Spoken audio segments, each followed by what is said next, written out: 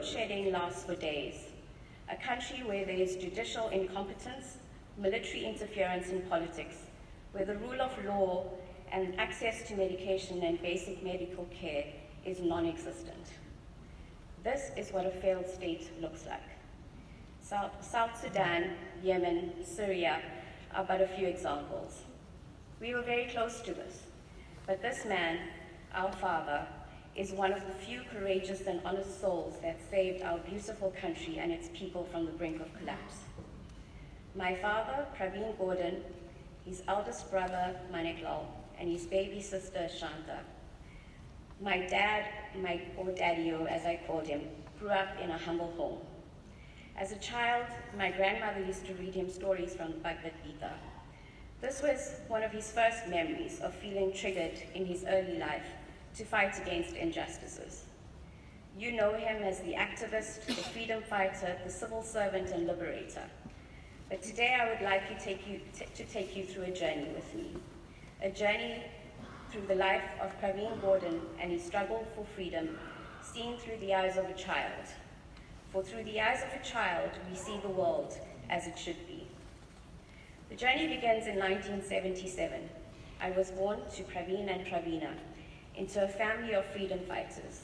My mother, a brave stalwart of the struggle in her own right, endured gruesome attacks and challenges from the security branch police since she was a child. Her father, my maternal grandfather, Natu Babinia, first fought in the Indian independence struggle and then spent 16 years as a prisoner on Robben Island. My cousins, Ketso, Saguna, and Hasu, were dedicated and committed activists. And my uncle and aunt, Maniklal and Jaya, were the backbone of the family. All 7 adults and I lived in a 3-bedroom flat in Prince Edward Street, Durban. 116 Prince Edward Street and later Gordon's Pharmacy below the flat were one of the key headquarters of the mass democratic movement. It was like an old-fashioned telephone exchange where people could be connected, given clear messages either to execute on or pass on. It was the nerve center that linked to nerve centers in Cape Town, Johannesburg, and later Lusaka.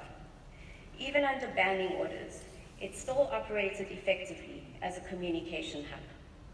Some of the most regular visitors to our home included Yunus Mohammed, Yusuf Wauda, Vish Supasad, Vidu Vedalanka, the Ram Gobind family, George Supasad, Farooq Mir, Bamba and Dolly Pillay, Swami Gaundan, Archie Gumede, Virgil Bonaham, Krish Govinda, Roy Padyachi, Paul and Ursula David, Selina, Anesh, Maggie, Charm, Deepak Oteps, Nadi and Chrissy Jinabai, Daya Pillay, Jerry and Zubi Kuvadia, and Spider Jagannath, Alfantina and Rashid, to name a few.